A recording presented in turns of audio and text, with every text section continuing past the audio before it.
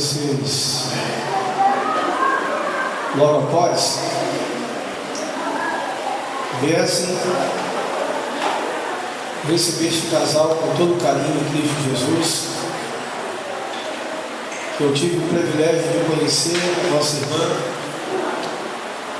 e quando nós ligamos, fazendo o convite, eles prontamente atenderam o nosso convite. Então quero chamar aqui à frente o irmão Alexandre, nossa irmã Luber, em nome de Jesus.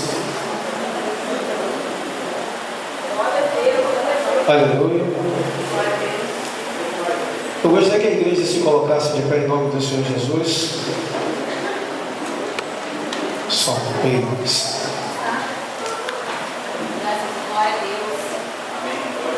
E que você possa, nessa noite,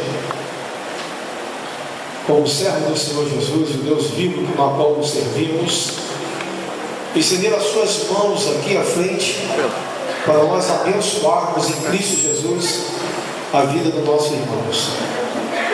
Oremos. Senhor Deus e Pai, em nome de Jesus, a honra, a glória, o louvor é teu, e nós estamos felizes por estarmos reunidos nesse lugar para louvor e adoração ao teu nome. Quero apresentar, Senhor, este casal nas tuas mãos, Pai. Pai, que hoje está trazendo a este lugar mais um dos teus milagres, e nós te pedimos que na proporção que esse testemunho for dado aqui neste lugar, Senhor, este templo possa, Senhor, ser repleto da tua glória, da tua unção, do teu poder e da virtude do teu Espírito Santo, e que os teus filhos, Senhor, possam sair daqui impactados pelo poder da sua glória, e que este casal possa ser, meu Deus, extremamente abençoado por ti nesta noite, a fim de que eles continuem, meu Deus, nessa caminhada, Senhor, nessa empreitada de falar do teu nome e daquilo que o Senhor é capaz de fazer. Nós abençoamos, Pai, a vida deste casal, em nome de Jesus. Amém? Vamos aplaudir o Senhor bem forte nesta noite. Queridos, fique à vontade. Pode sentar, irmãos. Boa noite, igreja. Paz. Irmãos, eu não sou muito assim fã de computador, não. Então, de vez em quando, meu marido tem que mexer, porque eu não entendo muito essa coisa, não. Tá? Os irmãos aí desculpem, mas eu ainda estou aprendendo a lidar com essa coisa aí que para mim é um bicho de 7 cabeças. Não parece, não, mas é. Irmãos, eu gosto sempre de abrir o nosso testemunho cantando um pedacinho do hino da Aline Barros, que após 46 dias sem ver a luz do dia, foi a primeira música que veio na minha mente, quando eu cheguei no pátio do hospital, que diz assim: Núbia ouviu a sua voz quando aquela aparelhagem removeu, depois de 46 dias ela reviveu. Irmãos, quantos aqui creem que o nosso Deus é o Deus de milagre? É o Deus que cura, que ressuscita. É o Deus que faz o impossível virar possível. É aquilo que o homem diz assim, ó, já não tem mais jeito, mas a última palavra é a palavra do céu. E a palavra dele é que prevalece. A do homem vem em segundo lugar. Irmãos, Deus fez um milagre na minha vida, na vida da minha família. Os irmãos vão saber como. Há 24 anos, 25 anos atrás, eu perdi um irmão chamado Franklin. Ele tinha apenas 19 anos. Ele faleceu de aneurisma cerebral. De repente, acordou, foi escovar seus dentes, caiu, morreu. Não deu tempo de fazer absolutamente nada. Aneurisma cerebral é um coágulozinho que a pessoa tem no cérebro, né? Se ela descobrir a tempo, glória a Deus por isso. Se não descobrir, é complicado. Aos olhos humanos, é quase impossível uma pessoa ser salva quando esse coágulo se rompe. Foi o que aconteceu com o meu irmão e ele não teve a chance. Né? E hoje nós sabemos que ele está na glória com o Senhor Jesus. Né? Isso é que nos conforta. Né?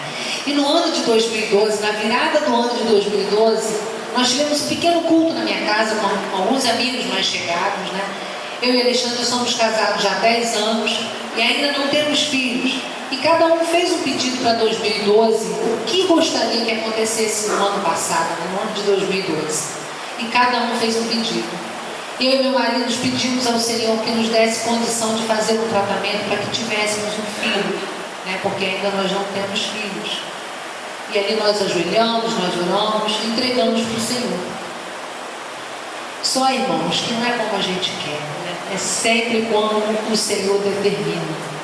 E Ele falou, não, você não vai por esse caminho, você tem que ir por esse aqui primeiro. E Deus não permitiu que eu fizesse esse tratamento. Sabe por quê, irmãos? Porque se eu engravidasse, provavelmente eu não passaria do 7º mês de gestação. Por quê? A gravidez, né? A mulher ela tem muita alteração no seu corpo e com isso, né, os hormônios se alteram muito. Talvez meu marido estivesse aqui somente com o filhinho, ou talvez sem a mulher e o filho. E o Senhor não permitiu. E eu vinha sentindo muita dor de cabeça. Era uma dor de cabeça que nada passava. Irmãos, dia de eu estar no meu trabalho, deitada no canto da loja e não poder levantar, piscar os olhos. Era uma dor que nada tirava aquela dor.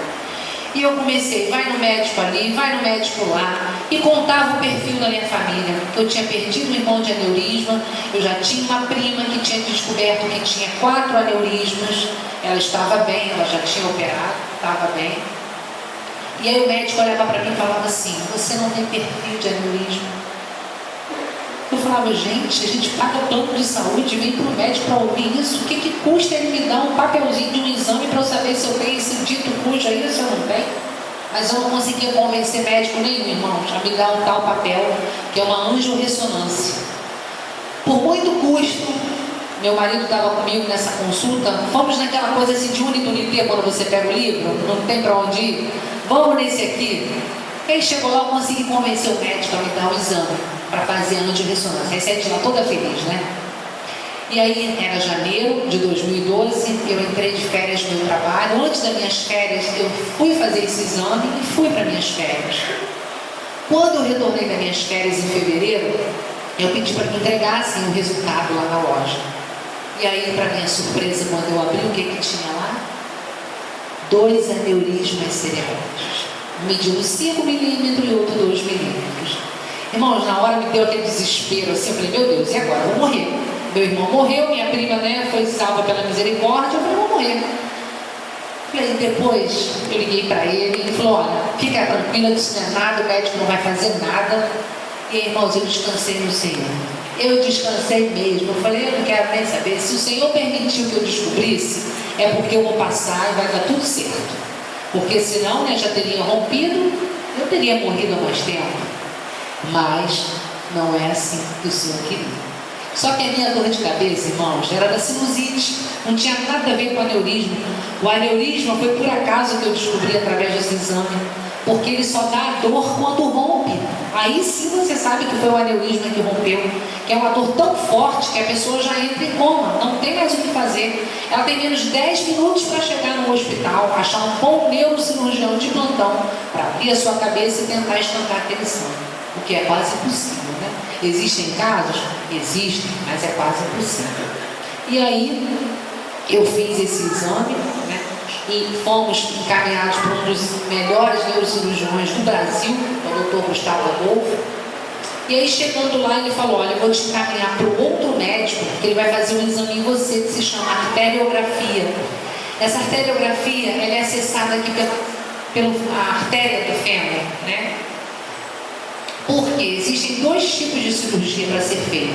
A embolização, que também é feita por essa artéria, que são colocadas micromolas para preencher aquele espaço do coágulo, e a cirurgia tradicional, que é aquela aberta, né? E aí eu fui, me internei no Hospital Balbino, em Olaria, fiquei lá praticamente uma semana naquele processo de liberação de exame, consegui fazer o exame, né? Irmãos, sabe aquele momento que você para assim, eu não sei quantos aqui já sentiram essa sensação, mas eu fechei os olhos, é como se eu sentisse o Senhor me carregando. Porque era um exame tão chato de ser feito, e aquela televisão na minha frente mostrando todas as artérias do meu cérebro, eu não gosto de ver nada disso. E eu ficava, Senhor, me ajuda a passar por isso aqui. E era uma calma que eu não entendia, porque eu não sou calma, irmãos. Eu confesso que agora eu fiquei um pouquinho mais calma, mas eu sou muito agitada no meu trabalho, eu não paro para lá. E aí veio uma coisa assim, aquela paz que excede todo o entendimento, e eu descansei no Senhor. O médico olhou para mim, irmão, e falou assim: Núbia, em tanto tempo de carreira, eu nunca vi uma paciente tão tranquila como você. Eu falei: o senhor está enganado. Eu não sou calma não, doutor, é o Senhor Jesus que está me dando essa calma. Sabe por quê? Porque eu sei que tem um batalhão de irmãos orando por mim nesse momento, para me dar essa calma que eu estou sentindo. E foi essa paz que o Senhor me deu. E após terminado esse exame, meia hora depois, ele veio conversar comigo e meu esposo no quarto e falou: olha, não há possibilidade de ser feita essa embolização, que seria cirurgia prática, né? Mais prática, mais fácil, que no dia seguinte eu já estaria de alta. Por quê? Você corre o risco de ficar paraplégica. É uma área muito difícil do cérebro, então você vai fazer a cirurgia aberta. Eu falei: beleza, cirurgia aberta. Os irmãos não percebem, né? Mas o meu cabelo ainda cresce aqui, ó. Eu cortei daqui até aqui atrás. Agora, dia 14 de maio, fez um ano que eu fiz a cirurgia. Irmãos, para quem não ia andar, não ia falar, ia vegetar, não estou tão mal, né? Quebra um galinho, né? Dá para quebrar um galho, né? Mas o Deus que eu sirvo, irmãos, é um Deus fiel. Não é um Deus que faz pela metade, não, irmãos. O Senhor, quando fala, Ele cumpre. Não tem jeito. Quando o homem fala que não tem mais jeito, mas o Senhor vem e diz: tem jeito, essa é minha, essa aí ninguém toca. E aí nós voltamos para o doutor Gustavo, que seria o meu neurocirurgião, e ele marcou a minha cirurgia para dia 14 de maio. Houve um imprevisto antes, porque era em abril, foi remarcado para maio, mas Deus estava no controle, irmãos. Eu estava tranquila, né? O meu marido, na última consulta, virou para ele e falou assim: doutor Gustavo, se fosse a tua esposa, o senhor operava agora ou esperava mais 6 meses? Por quê? Eu tinha a oportunidade de trocar de plano de saúde, mas eu tinha que cumprir uma carência de 6 meses para novos hospitais. Por quê? Porque esses novos hospitais eram hospitais melhores, top de linha, né, na zona sul do Rio, hospitais que o meu neurocirurgião estava acostumado a fazer cirurgias. Mas eu só tinha a quarta opção, que era o amparo feminino. Ele falou: olha, o hospital não é grande coisa, né? O centro cirúrgico é muito bom, mas se você puder, contrata um médico para acompanhá-la durante, né, essa semana, porque é só uma semana. Irmãos, eu toda feliz, né? Só uma semana, um mês no máximo, né? Minha vida de volta. Mas, irmãos, eu garanto para vocês que se fosse só uma semana, nós não estaríamos aqui testemunhando o que Deus fez na minha vida, na vida da minha família, porque seria só mais uma cirurgia como tantas outras, né? Eu confesso aos irmãos que, assim, eu não lembro de absolutamente nada. Eu lembro da minha entrada e da minha saída do hospital e de um momento do meu esposo, desses 46 dias, mais nada. O Senhor foi tão misericordioso que Ele apagou tudo da minha memória. Ele falou: você não vai se lembrar de nada, para você não sentir tristeza, você não sentir depressão, não sentir dor, nada. Quando eu cheguei em casa, que eu tive noção do que estava acontecendo, do que aconteceu e do que ainda ia acontecer. Eu sentia muita dor, muitas marcas no meu corpo, mas não importa, porque o Senhor Jesus, Ele veio limpando cada marca, restaurando cada cicatriz. Graças a Deus. E hoje eu estou aqui, irmãos. 6 meses depois da cirurgia, eu já tinha voltado a dirigir, coisa que aos olhos humanos seria impossível. Esse meu lado paralisou, irmão. Os irmãos vão entender, que nós vamos mostrar as fotos ali. E o meu marido, na verdade, é quem viveu todo esse processo, né? Porque eu em coma e eu realmente não lembro. Quem sofreu é quem estava aqui fora, né? Que acompanhou todo o processo. Mas eu cantava algumas músicas que me davam assim, a certeza de que eu ia passar por essa situação e que o Senhor ia me dar vitória. Porque a sua casa é herança de Deus, ninguém pode tocar. Pois quem guarda a sua casa é o leão da tribo de Judá. O nosso Deus é um Deus que mata e dá vida. Ele faz tudo voltar para o lugar. Porque a casa que teme ao Senhor, ela sempre vai triunfar. E eu cantava isso, irmão, dia e noite. Era dia e noite essa música da pastora Léia Mendonça no carro, na igreja, e o tempo todo eu cantando. Eu tinha certeza absoluta que eu ia passar por isso e que nada ia me acontecer. E eu confesso aos irmãos que hoje eu entendo por que o Senhor permitiu, né, que tudo acontecesse dessa maneira e não do jeito que a gente quer, mas sim da maneira que o Senhor quer que seja.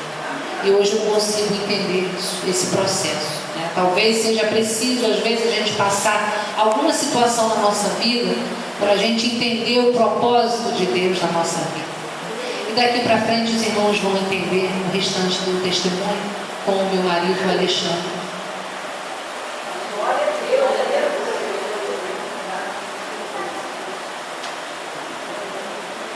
Saúde da igreja com a paz do Senhor, amém? Amém. Primeiramente eu quero agradecer porque é muito bom estar aqui e eu sinto a presença de Deus nesse lugar. Irmãos, eu vou convidar os irmãos a abrir suas Bíblias no livro de Hebreus. Livro de Hebreus, no capítulo 10. Louvado seja o nome do Senhor Jesus. O livro de Hebreus, no capítulo 10, no versículo 19 até o versículo 23. Hebreus 10, de 19 a 23. Amém?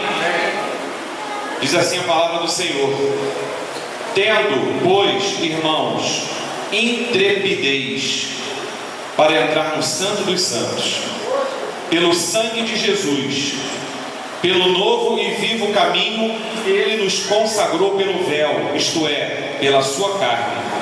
E tendo grande sacerdote sobre a casa de Deus, aproximemo-nos com sincero coração, em plena certeza de fé, tendo o coração purificado de má consciência e lavado o corpo com água pura. Guardemos firme a confissão da esperança, sem vacilar, pois quem fez a promessa é fiel.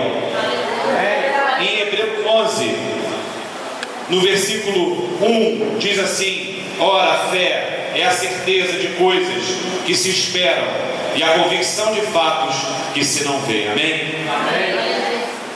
Irmãos, uma minha esposa que relatou no ano passado, primos, que ela tinha 2 aneurismas cerebrais. O aneurisma cerebral, irmãos, é uma doença fatal, uma doença que muitas pessoas até chegam a morrer e não sabem do que morreram. Morreram porque esse aneurisma rompeu. E muitas pessoas chamam o aneurisma do popular derrame. A pessoa sofreu um derrame, então ela sofreu um tipo de rompimento de um aneurisma cerebral. E muitos que têm o derrame, os irmãos sabem como é que ficam, né? Ou ficam com uma sequela, um lado paralisado do corpo. Só que o Senhor Jesus permitiu que a minha esposa, que nós descobríssemos antes disso virar um problema. E no dia 14 de maio do ano passado, fomos ali ao hospital Amparo Feminino no Rio Comprido, lá no Rio de Janeiro. E olha a carinha dela quando chegou no hospital. Tranquila, calma, confiante da vitória do Senhor Jesus.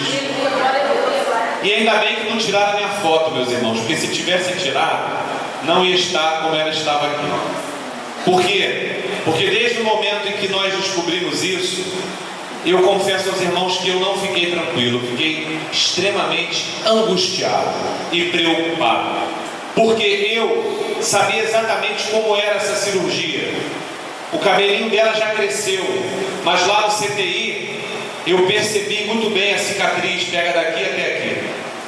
Então o médico ia abrir a cabeça da minha esposa, ia remover o osso do crânio da minha esposa para poder resolver o aneurisma.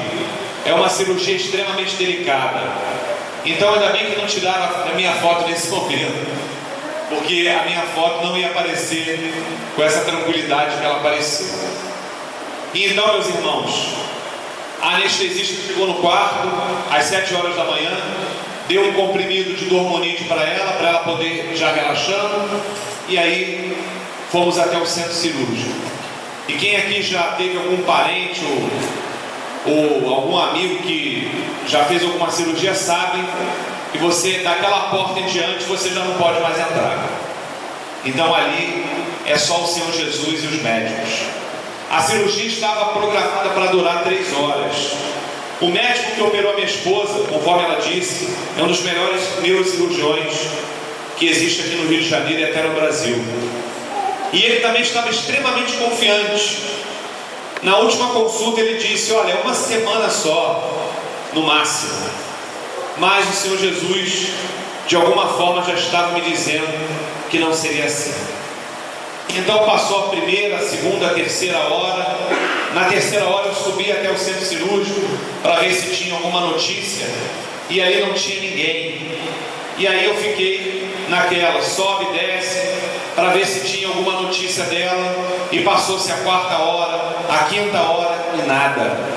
Então vocês já imaginam como é que está o coração aqui do maridão, né? Já estava já em pânico, digamos assim.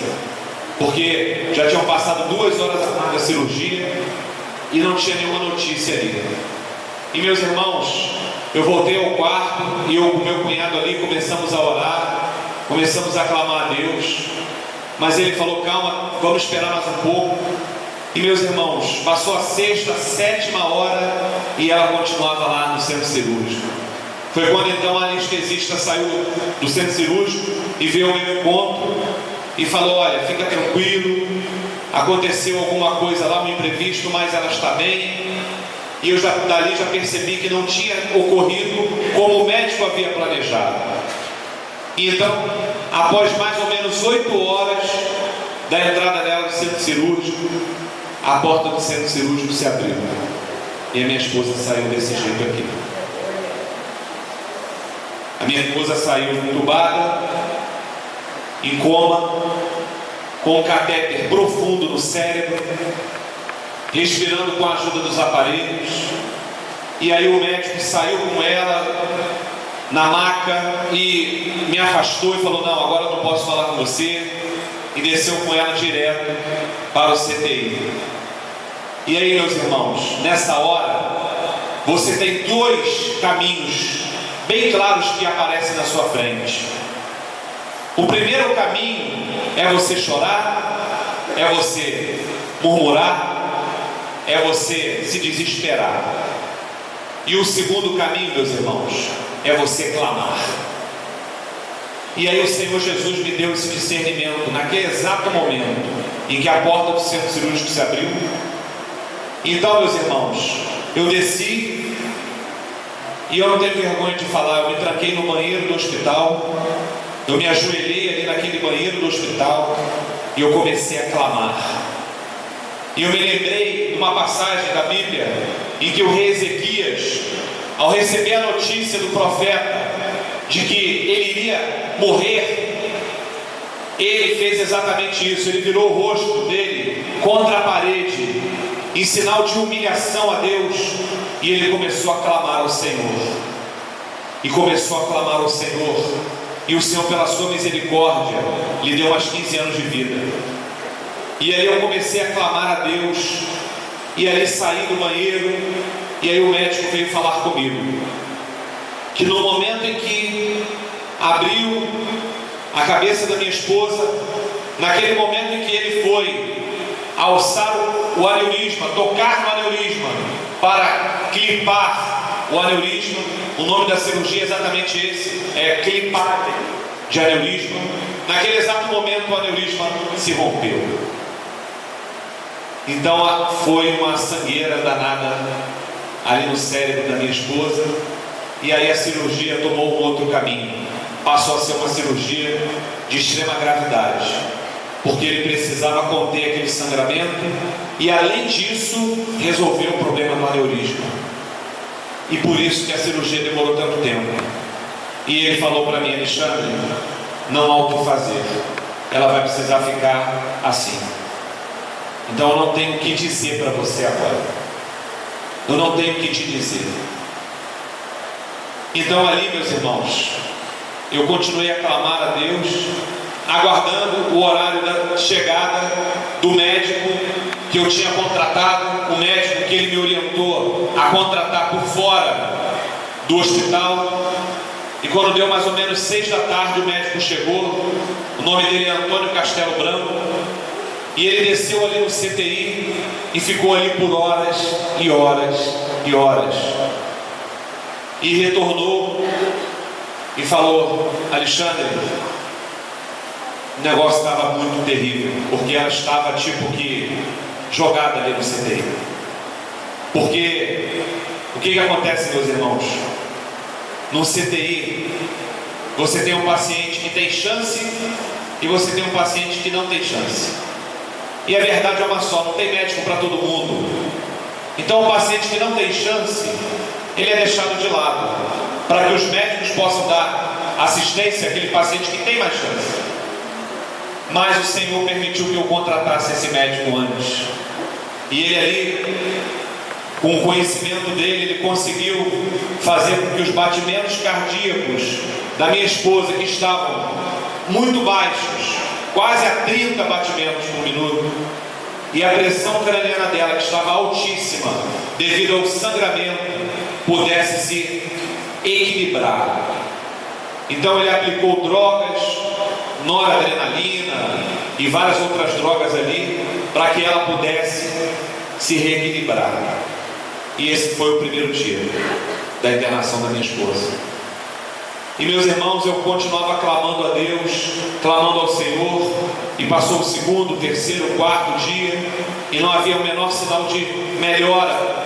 Pelo contrário, ela continuava em estado extremamente crítico, entubada no CTI, respirando com a ajuda dos aparelhos. Então, meus irmãos, no sábado seguinte, o médico chegou e falou para mim: Alexandre, ela está apresentando uma melhora. Nós vamos começar a tirar lentamente a sedação. E eu fiquei extremamente feliz naquele momento. E eu falei: nossa, finalmente o Senhor está ouvindo minhas orações. E por volta das 5 horas da tarde saí do hospital e fui para casa. E meus irmãos, ao chegar em casa, às 18 horas em ponto, o médico novamente me liga e fala assim: Alexandre, esquece o que eu falei, cara, não vai dar para fazer. Ela piorou novamente. E a pressão craniana dela aumentou. Então, Alexandre, olha, esquece o que eu falei. Não vai dar para fazer isso. Vamos ter que manter ela em coma. E aí, meus irmãos, eu estava sozinho em casa e eu ouvia uma voz me dizendo mais ou menos assim: não tem problema, se ela morrer, você vai arrumar uma mais bonita e mais nova. E aí, meus irmãos, naquele momento eu senti uma pressão do inimigo sobre a minha vida e sobre a vida da minha esposa. Eu senti que o inimigo queria que eu desistisse, que eu parasse de clamar, porque não havia mais jeito. E aí, meus irmãos, você tem 2 caminhos: ou você desiste, ou você continua clamando.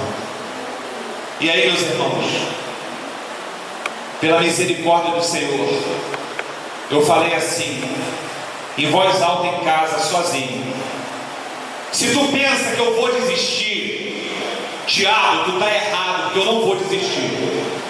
Eu vou continuar perseverando. E eu comecei a clamar dentro de casa, e marchar dentro de casa. E meus irmãos, naquele momento, eu comecei a telefonar para os meus amigos da igreja, os meus irmãos em Cristo. Liguei primeiramente para o meu pastor. E sabe o que aconteceu? Ele não me atendeu. Liguei para todos os meus irmãos. E sabe o que aconteceu? Ninguém me atendeu. Por incrível que pareça, a minha igreja tem 187 membros. Ninguém me atendeu. Eu mandava mensagem, eu ligava para um, ligava para outro, e ninguém me atendeu. E aí, meus irmãos, eu senti aquela pressão do inimigo. E aí, meus irmãos, eu falei, eu não vou ficar aqui em casa chorando. Eu vou sair daqui agora e vou para uma igreja.